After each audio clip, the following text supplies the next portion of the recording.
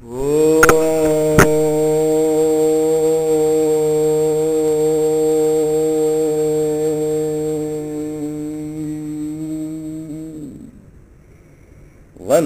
शंभुमुमापतिं सुरगुरुं वंदे जगत्कारणं वंदे पन्नगभूषणं शशिधरं वंदे पशूनां पतिं वंदे सूर्यशशाङ्कवह्निनयनं वंदे मुकुन्दप्रियं वंदे भक्तजन आश्रयं च वरदं वंदे भक्तजन आश्रयं च वरदं वंदे शिवं शंकरं.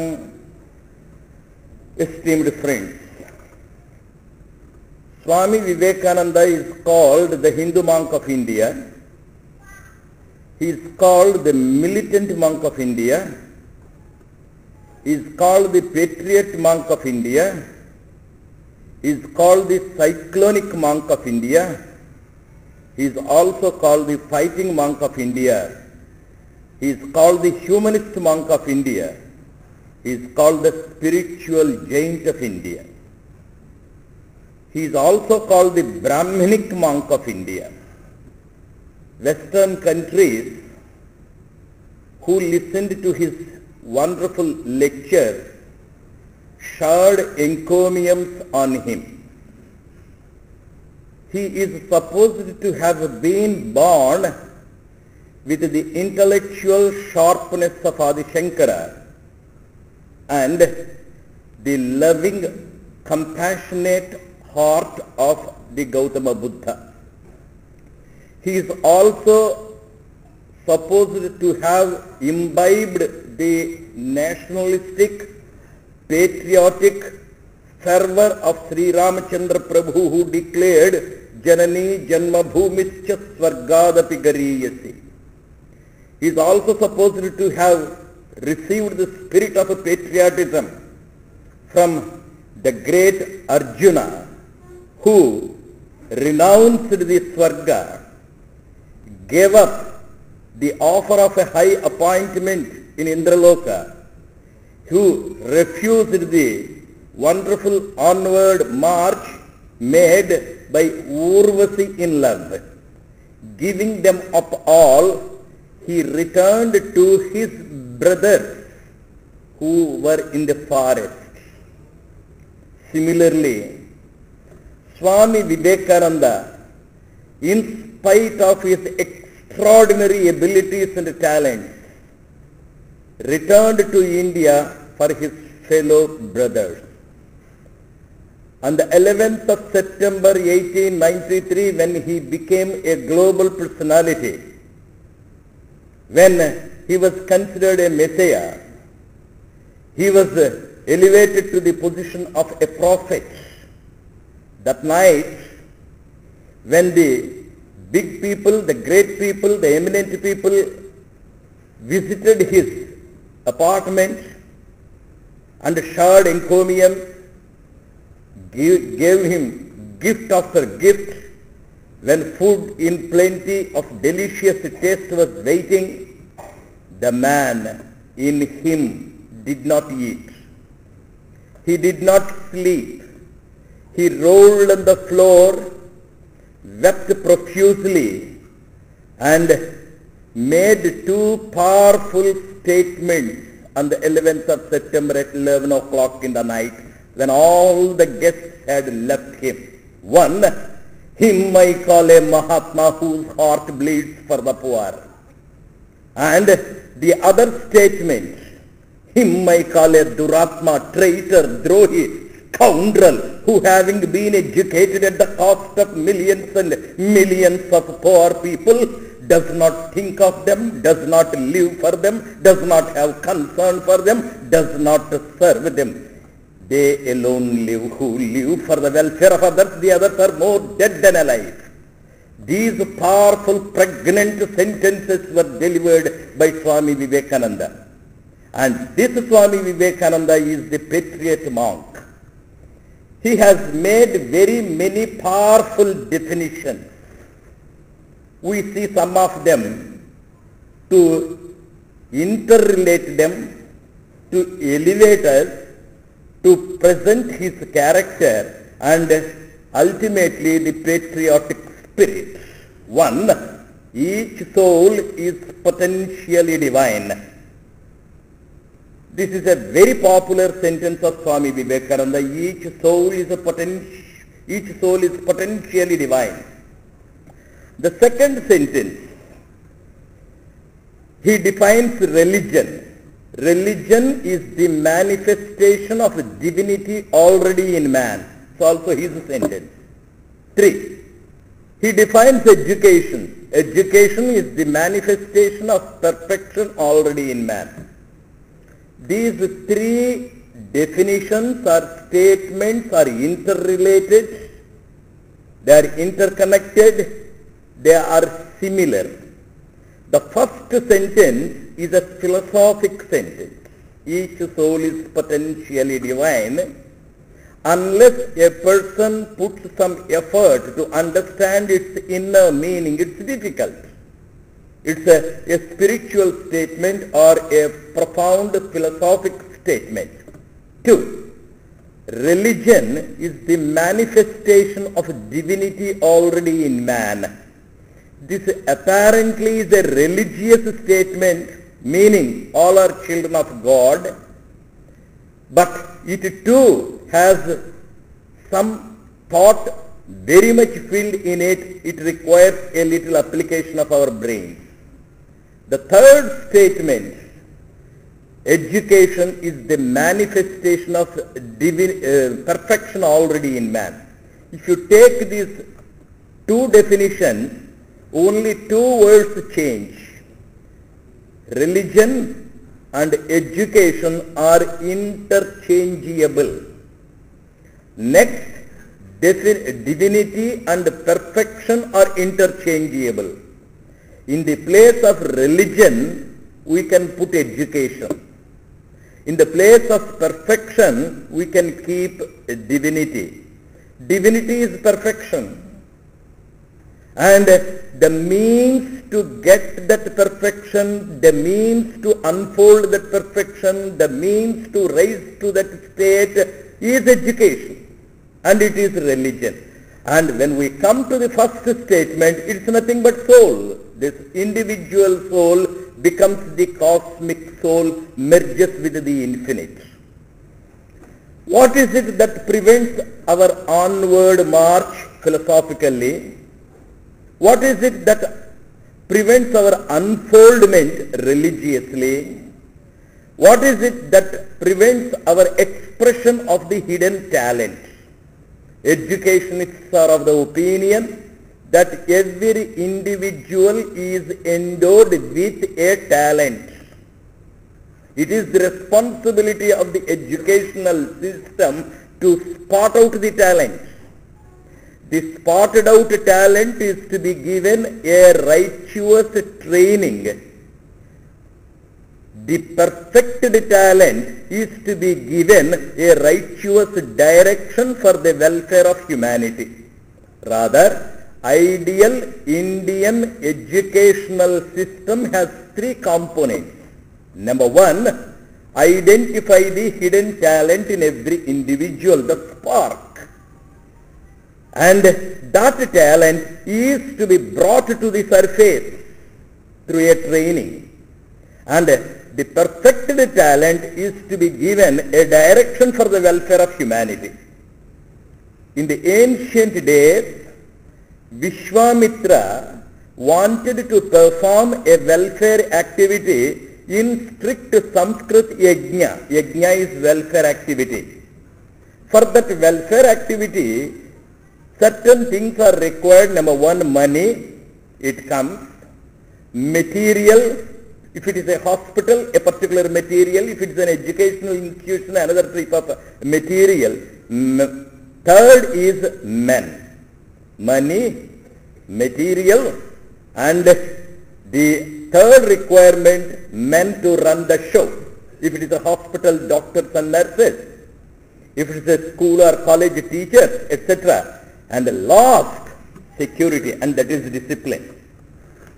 India requires security personnel. Any hotel, hospital, college requires security personnel. Any educational training is possible through discipline. Sahanavavatu, may we be protected by discipline. Our ancient rishis made the prayer, the teacher and the student sitting together offered the prayer, Sahanavavatu, may we be protected by discipline. And that is the security personnel.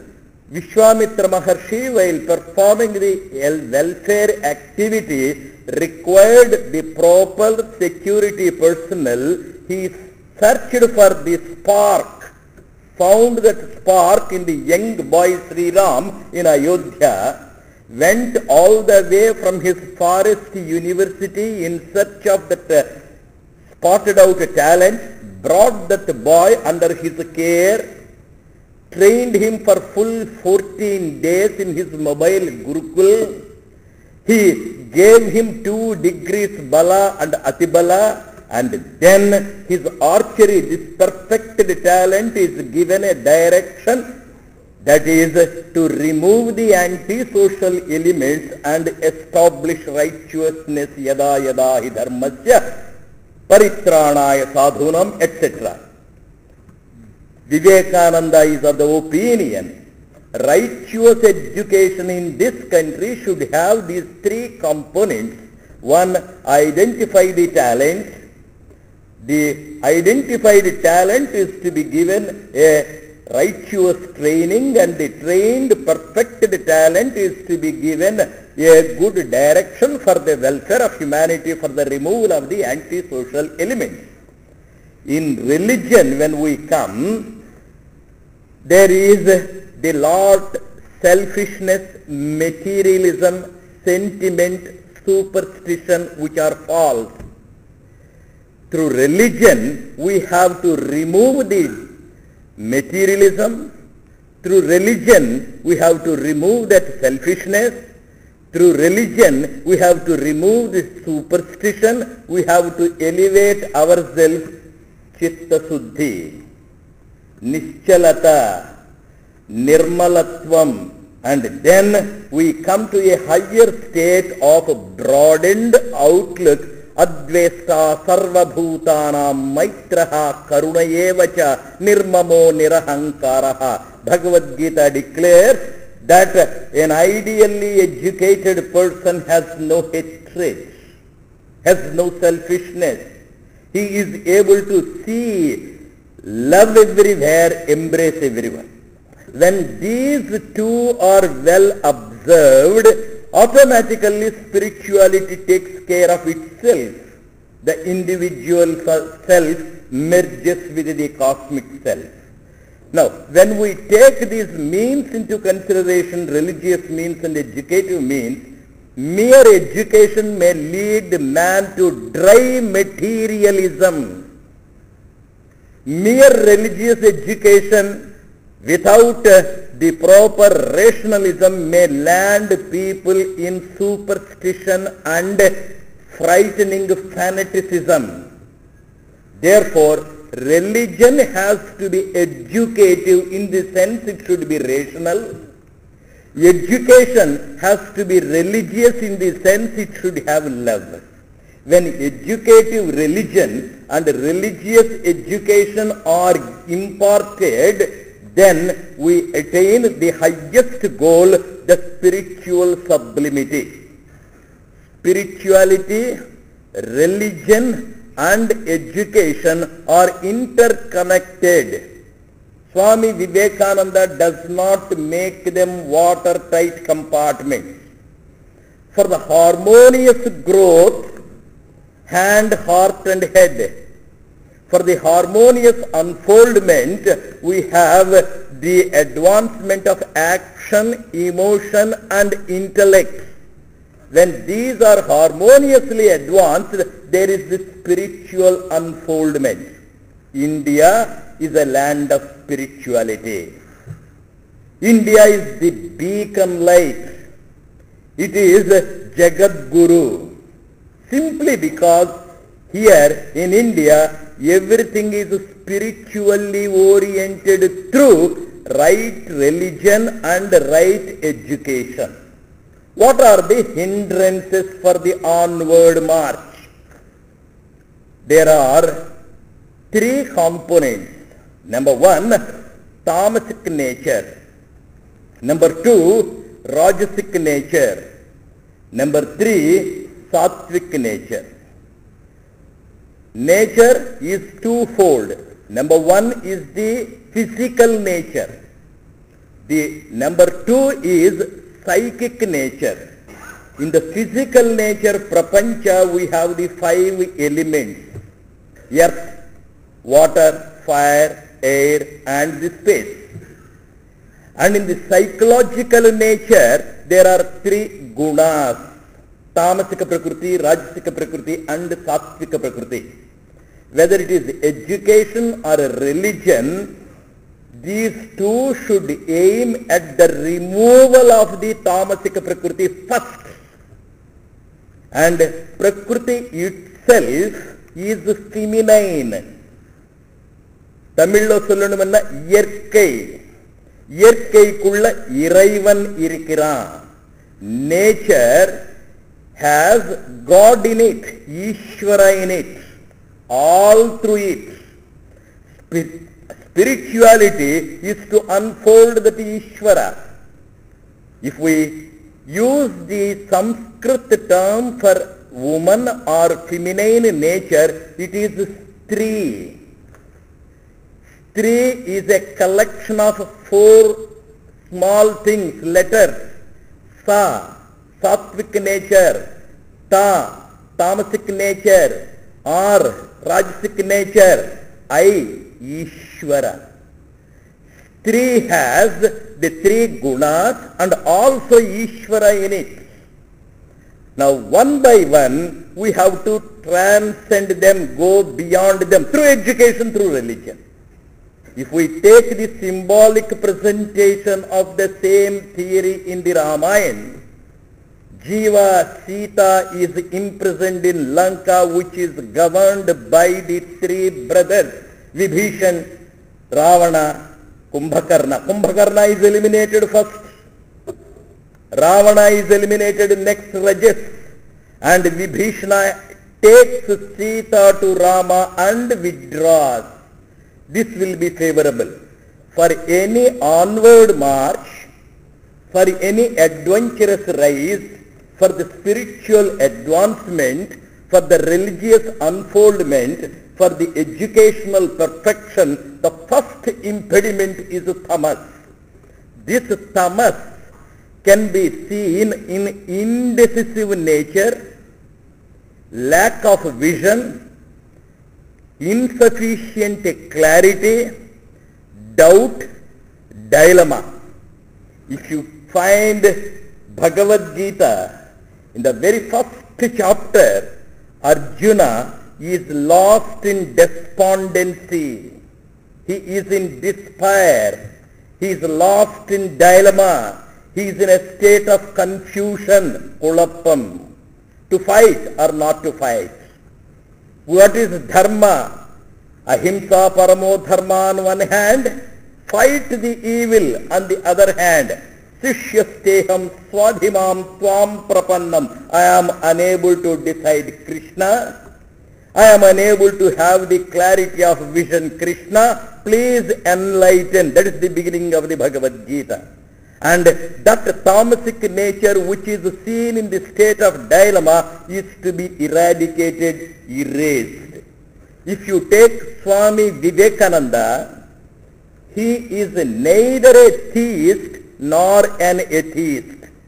Theist is one who has faith in God. Atheist is one who does not have faith in the existence of God. He is neither of them.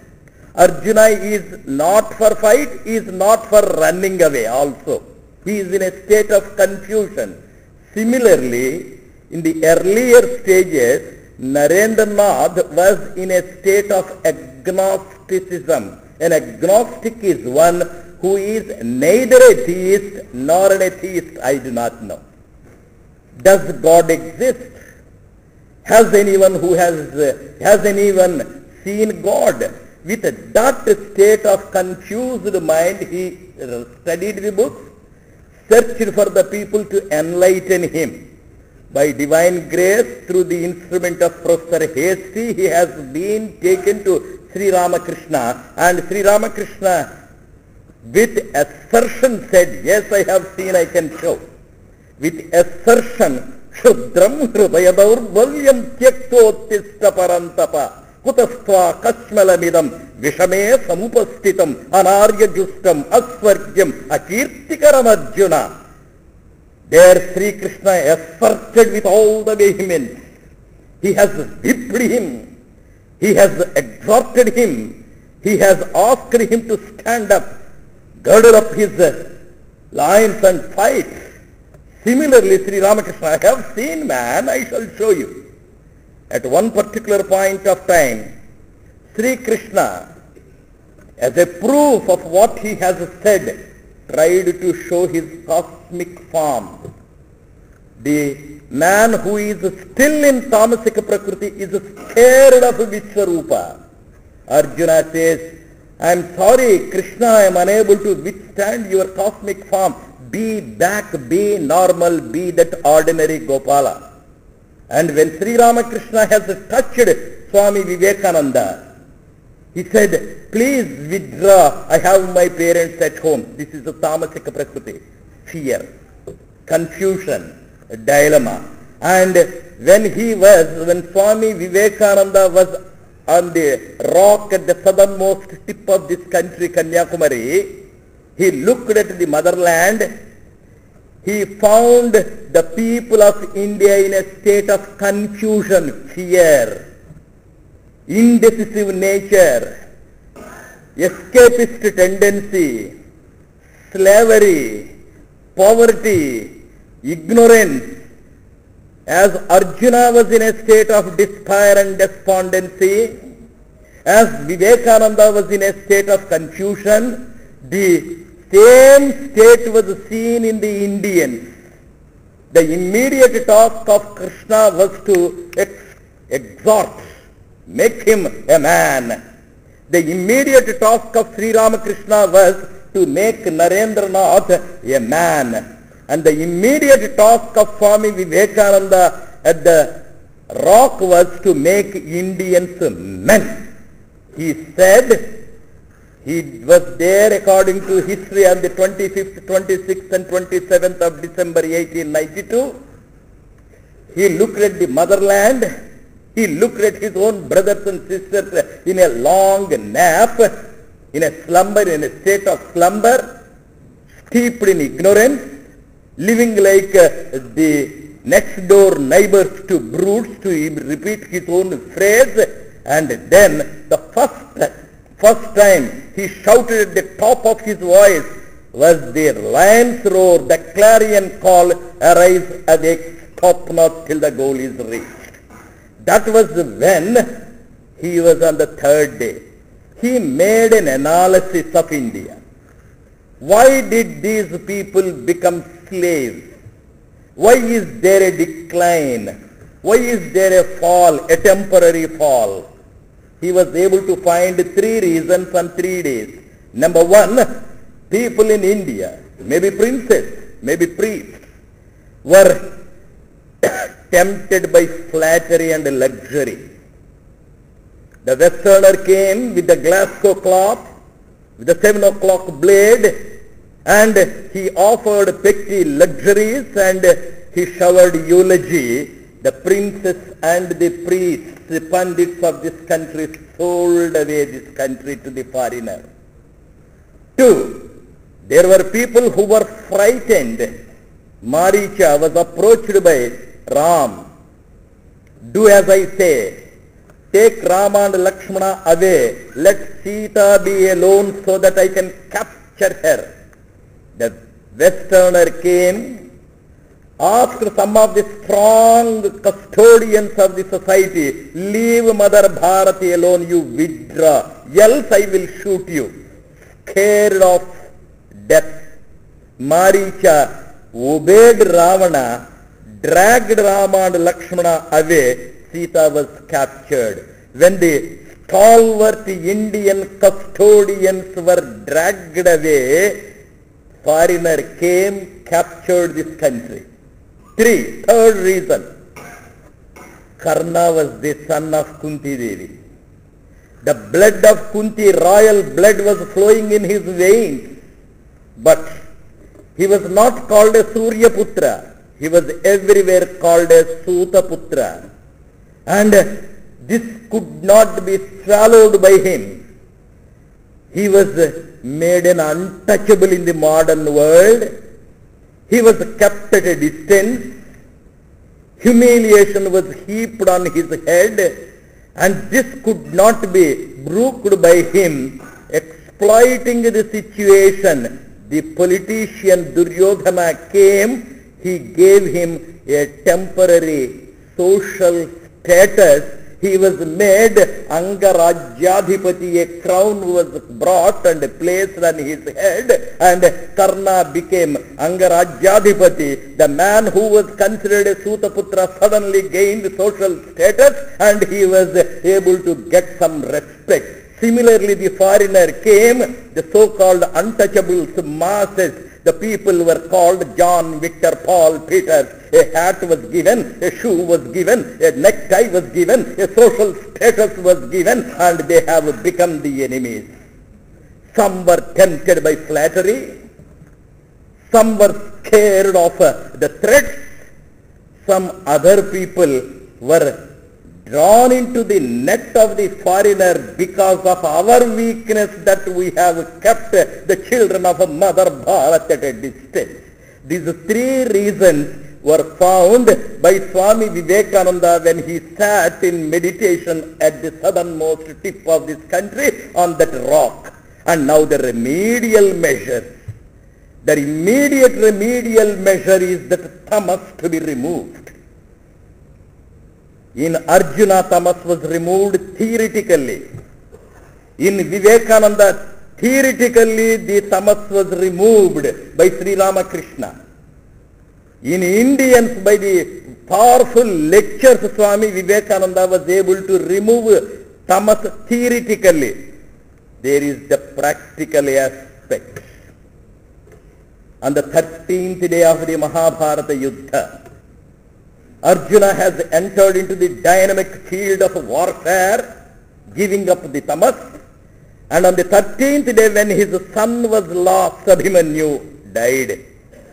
That night, Arjuna goes to Krishna, falls at his feet, and tells him, Krishna, kartum akartum anyatha kartum shaktaha. You are capable of doing and undoing everything. Aghatita ghatana samarthaha. You are capable of doing wonderful things. My son Abhimanyu is dead, and I want him to be back. Provide life back to him was the request of Arjuna. Then Krishna tells, Arjun, jatasya dhruvo mrityuhu. That I told already in the Bhagavad Gita. Whoever is born is destined to die. His days are over and he passed away. Nothing can be done. No, don't say it. You are capable of bringing the dead back to life. That you did in the case of Sandipani's son when you were at the Gurukula of Sandipani Maharshi. As Guru Dakshina, you brought back the dead boy, the dead son of Sandipani, and you gave him life. So you do the same thing to me. Tamas comes up as attachment. Any amount of theory we speak from the platform, any amount of theory we understand when we are in the audience listening to a discourse. Sri Krishna's wonderful philosophical discourse to drive away tamas was absorbed by Arjuna, and at the end Krishna tells, have you understood the lesson? Yes. What is it you want to do? He gives the nasto moha smurtir labdha sthitosmi gata sandeha karishye vachanantava. I am after all an instrument.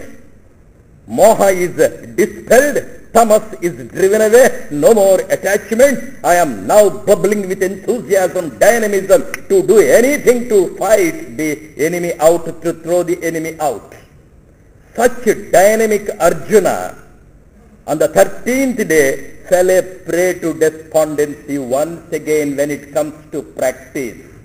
We can see in our practical life, Sri Krishna pleaded with him again and again. All his words were useless. Then he wanted to give him a shock treatment. Arjuna was asked to enter the chariot. The chariot was driven by Sri Krishna, Parthasarathi. A few kilometers it went on the road and he suddenly applied the brakes. The chariot was transformed into a helicopter. It went to Chandraloka. In the portico the chariot was kept. To the window Arjuna was taken. He was asked to look through the window. Abhimanyu was seated on an elevated throne. A beautiful girl was seated by his side, Rohini. 26 stars were making a wonderful dance performance, and Arjuna was asked by Krishna to go in and bring the boy out so that they could return. Arjuna went, looked at Abhimanyu. The moment Arjuna went, Abhimanyu placed his finger on the nostril. I find the smell of earth here. I find somebody from the mankind coming here. This is Devaloka, Chandraloka, this is America, this is England. How is it somebody from Chennai comes and disturbs me with his waist? He felt, who is that? Me, your dad. What nonsense you speak. You have acted in many dramas, I have acted in many dramas. You might have played the role of a father in many cinemas, I might have played the role of a son in many cinemas. In which drama, on which stage, in which theatre you played the role of my father, in which I played the role of a son. Arjuna was telling, just today you were dead. Don't talk nonsense. How dare you come and disturb this precious night of pleasure for me?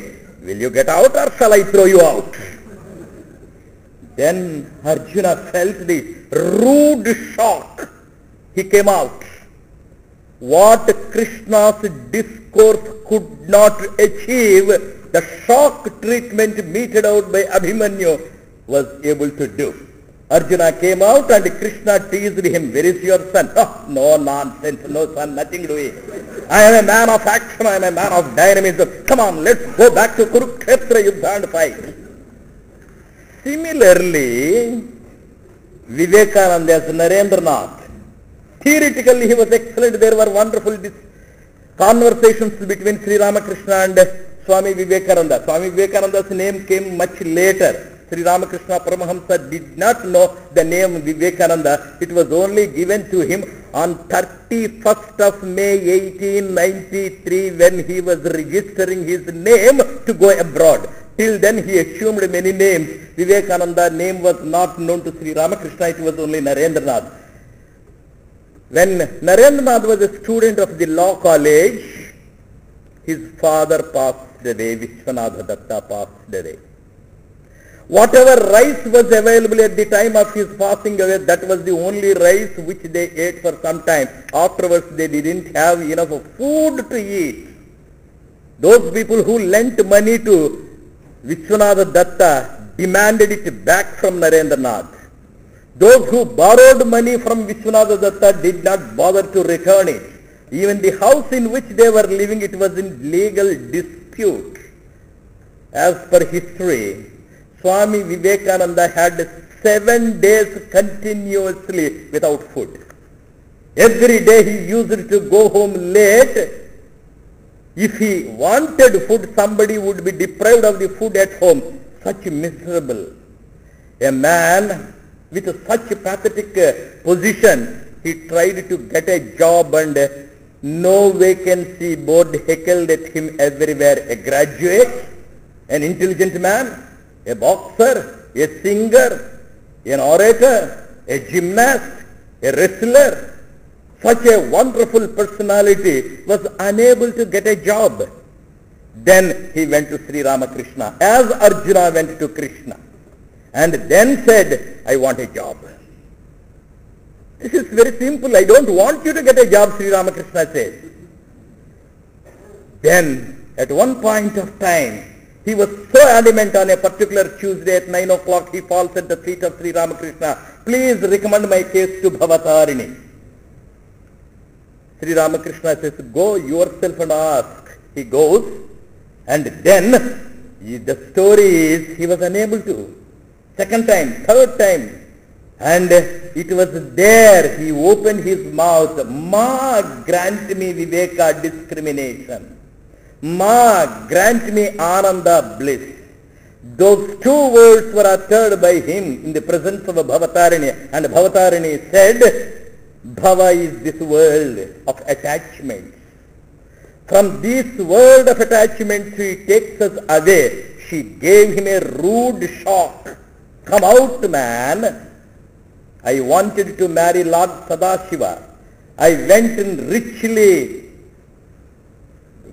ornamented clothes, rich costumes with all jewelry. Vasanta accompanied, Manamadha accompanied. Shiva opened the third eye. They were all reduced. This is not the way to win Lord Shiva. What he likes is tapas. Let me resort to tapas. From Himalayas I moved to Kanyakumari, stood on a single foot and did tapasya. The same Shiva came to me. Similarly, man, as long as you have the attachments, they may not come to your rescue. Come out of your shell. Come out of your kith and kin. Come out of your tamasic nature. And Vivekananda got the clue. After Sri Ramakrishna passed away, he became a Parivrajaka Acharya. Tamasika Prakriti is now dropped from Arjuna, from Vivekananda. And now Rajas. This Rajas has few steps. One, even for making money you must be dynamically active. For social service also we must be dynamically active. But unfortunately when we are involved in the dynamic activity, there will be a new ego springing up. 18 days Mahabharata Yuddha came to a close. He was given proper direction. And the last day, he was a little intoxicated Arjuna with ahankara. I am victorious, I am triumphant, I am Vijaya, Krishna, take the chariot back. Let me go round Kurukshetra Yuddha to see how many people have been killed by me. And Sri Krishna looked at him. The man is getting intoxicated, the alcohol of egoism is going to his head. And the man went round. At the end of the Kurukshetra field, there was a tall tree on which there is a man seated. Arjuna asked him to come back. He had an instrument in his hand. What's your name? What are you doing here sitting? My name is Barbarika. I have an instrument to record all the events of this Mahabharata Yuddha.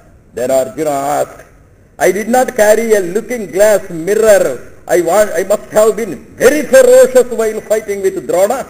I must have been like a lion while fighting with Bhishma. While cutting the throat of certain people, I must have been very, very dynamic. How bold I was, how daring I was, how courageous I was, how lion-like I was. I could not have a photographer to take a photo. Now that you have recorded it, please show it. I would like to see my face, how it was when I did all these adventurous deeds.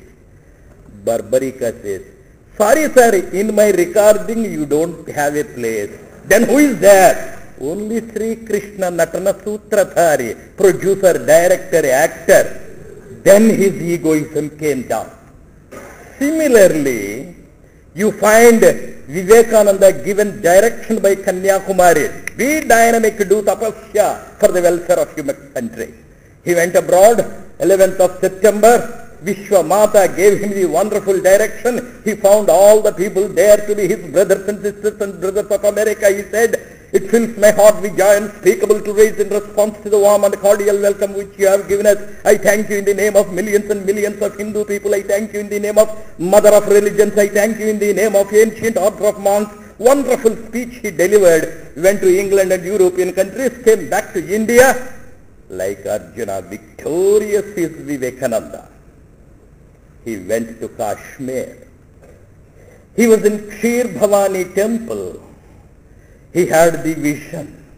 The temple was in a dilapidated condition. Mlechas, foreigners came, they destroyed some parts of the temple. Then Vivekananda said, in the vision, Ma, had I been alive at that time, I would have protected you. Mother said, my dear boy, do you protect me or do I protect you? Then Arjuna became normal. What I am trying to drive home here is, tamas is to be shed, dynamism too should be shed with the activity, not with attachment. The moment there is attachment to the dynamic activity, it appears to be a line thrower, but there is selfishness. There is egoism. Arjuna is now made an instrument, nimitta matram bhava savyasaj. And Vivekananda has become an instrument. He came back to India. He established the Ramakrishna order. He exhorted the Indians, be not tapasik, be not rajasic also with attachment, be instrument. That is the message of Lord Sri Krishna. That is the message of the ancient masters of this country, rishis. Let us rise to that great heights, then only it is our swadharma. Swadharma is to rise from tamas to rajas to sattva, and then we become transparent, then we become selfless, then we become instruments, and then naturally we will be the great custodians of Mother Bharat. The patriotism has spirituality as an undercurrent.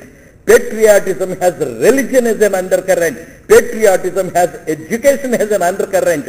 Swami Vivekananda's message is to make everybody a super element of powerful patriotism. And that patriotic monk's spirituality is to be understood, religious fervor is to be understood in the right way, and his educational onward march is to be understood. They are all interconnected. If only we can train ourselves to overcome these three gunas, STR, sattvic, rajasic and tamasic qualities, Ishvara shines. When once that Ishvara shines, it is spiritual illumination, it is religious sublimity, it is educational perfection. Therefore, when we follow the footprints of Swami Vivekananda, it's a harmonious advancement of action, emotion and intellect with the spiritual sublimity. May we all be blessed by Swami Vivekananda so that we can become powerful, patriotic monks in the spirit of Swami Vivekananda's message. Thank you very much.